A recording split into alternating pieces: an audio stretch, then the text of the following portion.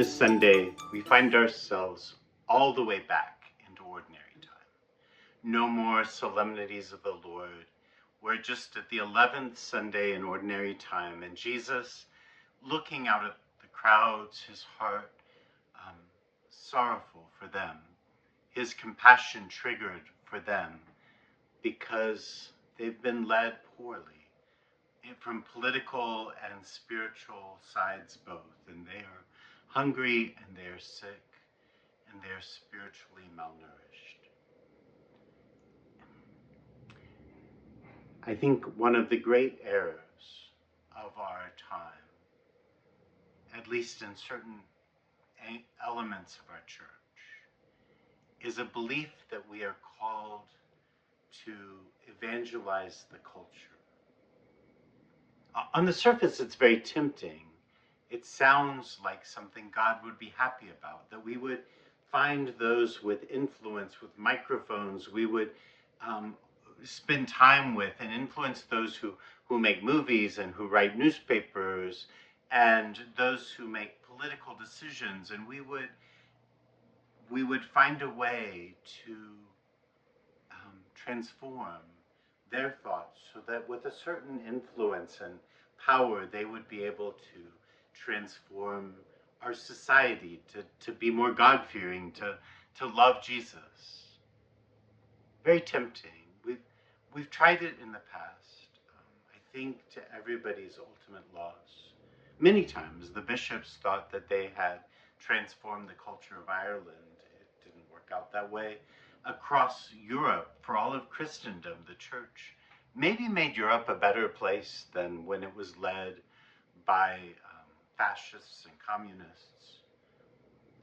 But the church was not at her best, thinking that it had political responsibility for Europe. And our leaders were at their worst with that kind of power. And so I think it's good to look at what Jesus does to model our own following of him and our own mission. Because Jesus doesn't go to Rome and try to get an audience with the emperor. He doesn't even think it's of any use to go and spend time with Pilate, who very much would have liked to have seen him, or with any of the other, he didn't go to Caesar's palace.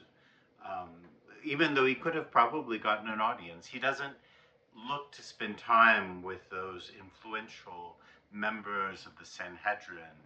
He doesn't look to spend time with the priestly class of Sadducees, who already have a certain influence, and maybe if they just understood God's plan better, they would do a better job. No, Jesus looks at those who have been possessed by demons. He looks at those who are hungry, who are lame and sick, those who've died unjustly.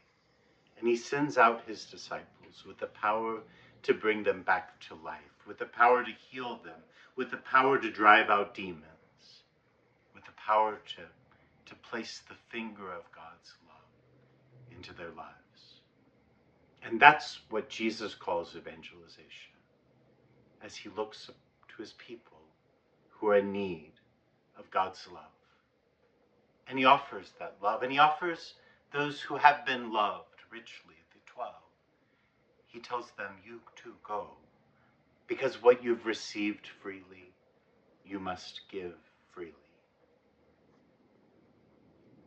I'm very grateful to be part of a parish community that understands this sense of mission, that understands that we're not just a club, that we're not just a group of people who've come to support one another in some way or another, that we're not a business endeavor looking to make money from some project or function or another, that we truly are missionary disciples, that we've been called and blessed by God, and the many gifts that we've received, the only thing we can do is share them with our brothers and sisters.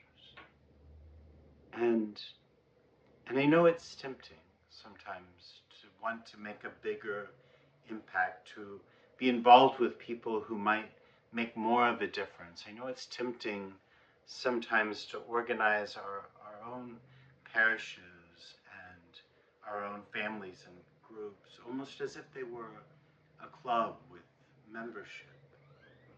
But Jesus doesn't have a club with membership or dues. And he doesn't offer to sell anybody food. He gives freely of what he has, of the Father's love. He invites those who would follow him to give freely of what they have. And I find myself so blessed to be in a parish where we really can, because of our generosity, because of my generosity and your generosity, that we can actually freely give. And we can give freely what we have freely received. And in that, like the disciples, we can evangelize not the culture, but a brother or a sister who's in need of the Father's love, and might find in our free gift, our kindness, our generosity, might find some spark of love and hope that will transform completely their world, not in little dribs and drabs of culture, but in our hearts and in our lives, in the fullness of what we've received from our God, and in the fullness of what we're called to give freely as missionary disciples.